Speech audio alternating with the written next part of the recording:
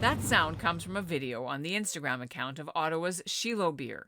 You can see one of the owners, Ben Shillow, rolling yellow labels by hand onto cans of the company's latest batch of freshly brewed sour ale. You can't hear it, but Shillow Beer is the only craft beer in Ontario that has been certified kosher. They've just opened their own brick-and-mortar brewery in Ottawa's East End and a retail store there.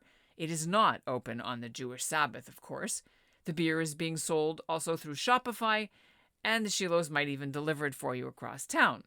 You can also get 2 of their kosher craft beers through Ontario's government-run liquor stores, the LCBO. Now you might say, well, isn't beer inherently kosher if you just use 4 ingredients, water, hops, yeast, and grain? Well, yes, it is, but Ben Shillow and his wife Jamie, who is the brewmaster of the company, have become observant Jews in the last decade after they first met while working in Toronto's bar scene. And when they decided to branch out into flavored beers like blueberry and mango, they figured they needed rabbinical approval. They'll also need it eventually when they open a tap room where their customers will be able to grab a bite with their brew. We're offering different choices. You know, there's something different for different people. So I think that's a big part of just what we're all about. Yeah, not our beer's not for everyone, but all of our beer is for someone. I'm Ellen Besner, and this is what Jewish Canada sounds like for Tuesday, August 31st, 2021. Welcome to the CJN Daily, sponsored by Metropia.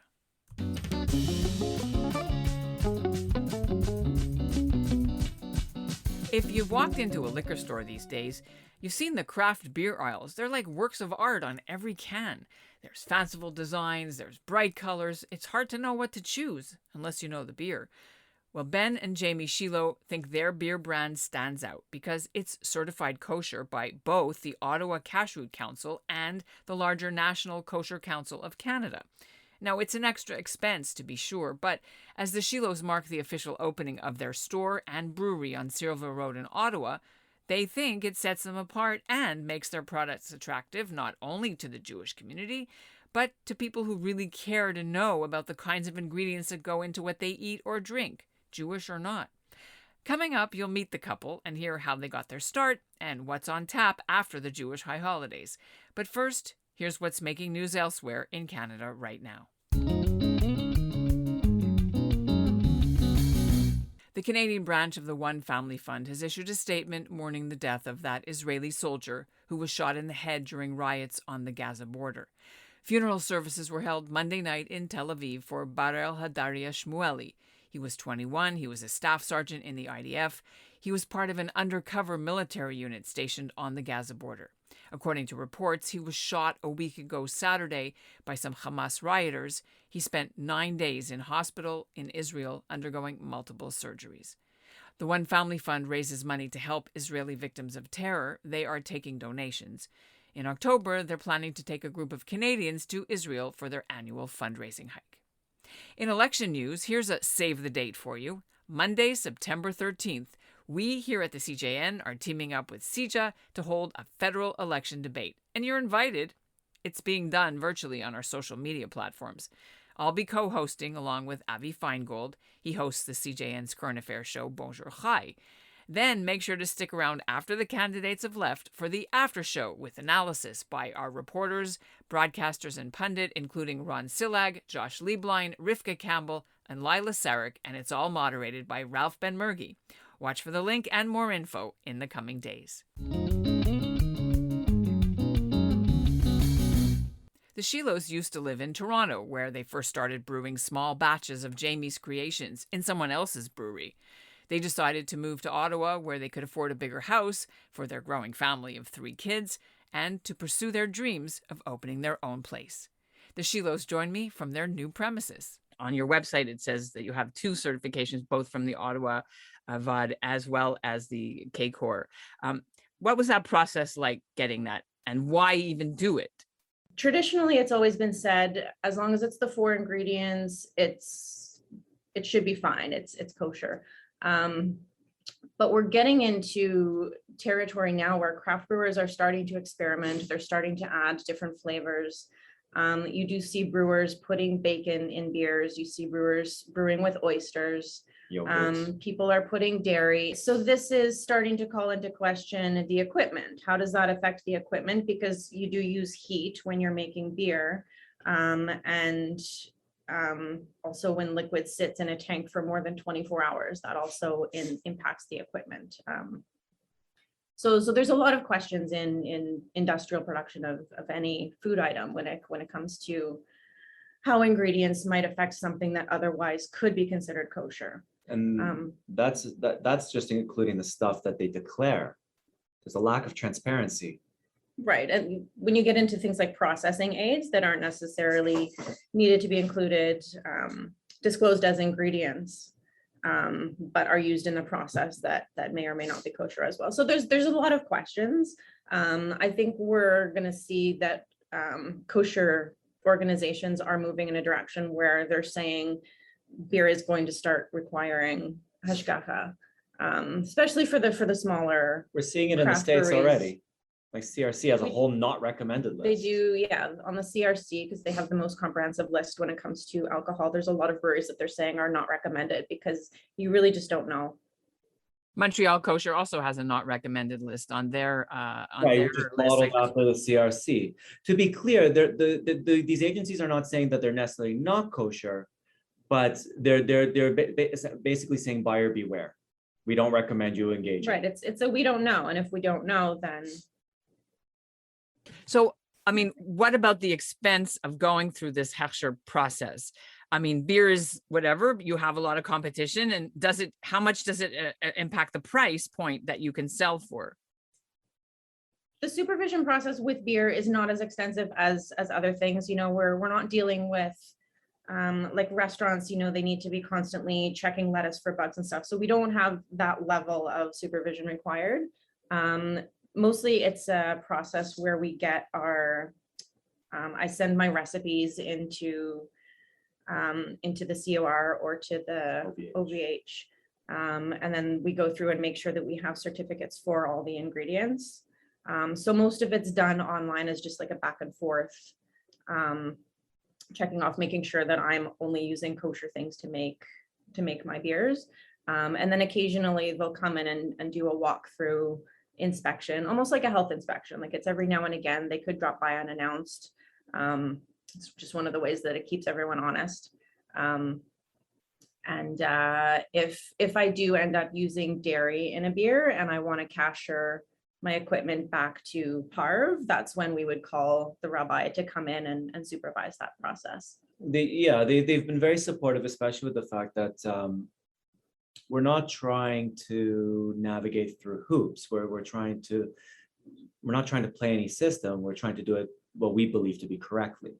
So there's a much more open air of collaboration and support.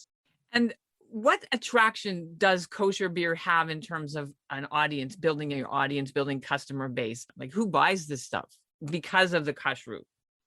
So definitely people who keep kosher, who are starting to be conscious of some of the industrial process issues when it comes to equipment. You know, they of course are gonna seek out kosher products.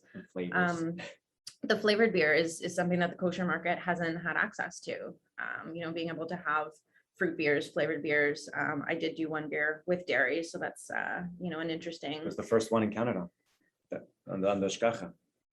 You know. What's the name of it? The COR had some questions for us. They're like, dairy in a beer? What? Are you sure? What's the name? It's called Blueberry Grunt. So it was inspired by a dessert, a classic dessert in Nova Scotia, which is where I grew up, which is basically blueberry dumplings stewed in blueberries. So I added a lot of blueberries and lactose to this beer. So it's almost more like a milkshake than a beer. It's important for us, we said, as a business to be kosher. Yes, we want to service the Ottawa community, but it's the larger kosher community. It's also kosher markets outside of Ontario that we offer a lot of value. But even within Ontario is in the tourism sectors. particularly in hotels, event spaces,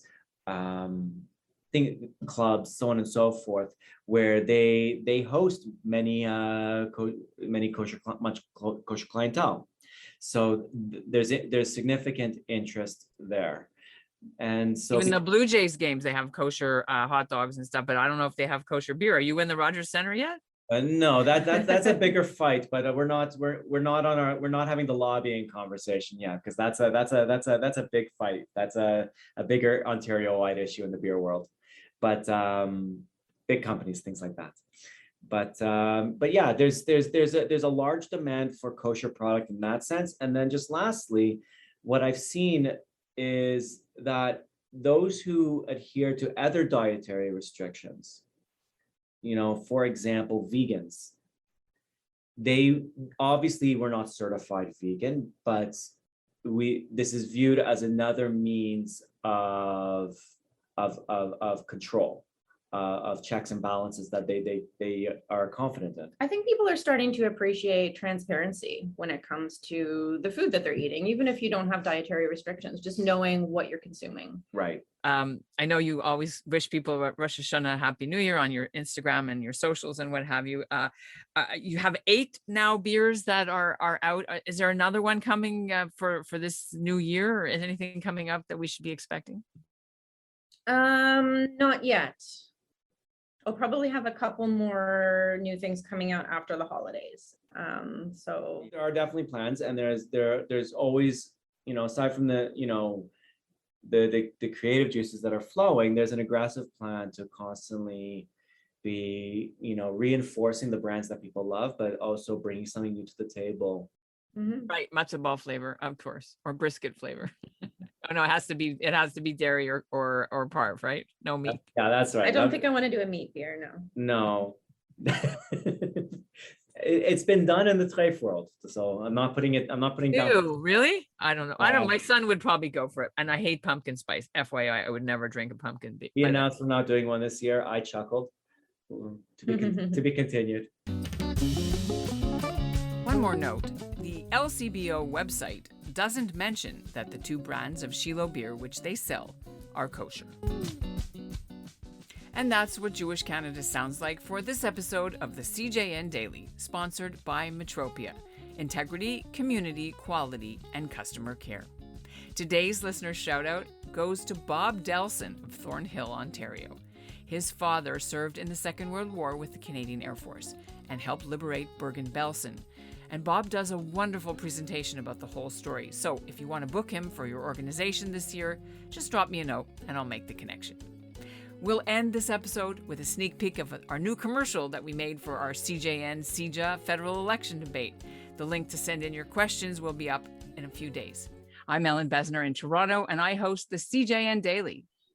And I'm Avi Feingold in Montreal, and I host Bonjour Chai, the CJN Weekly Current Affairs podcast.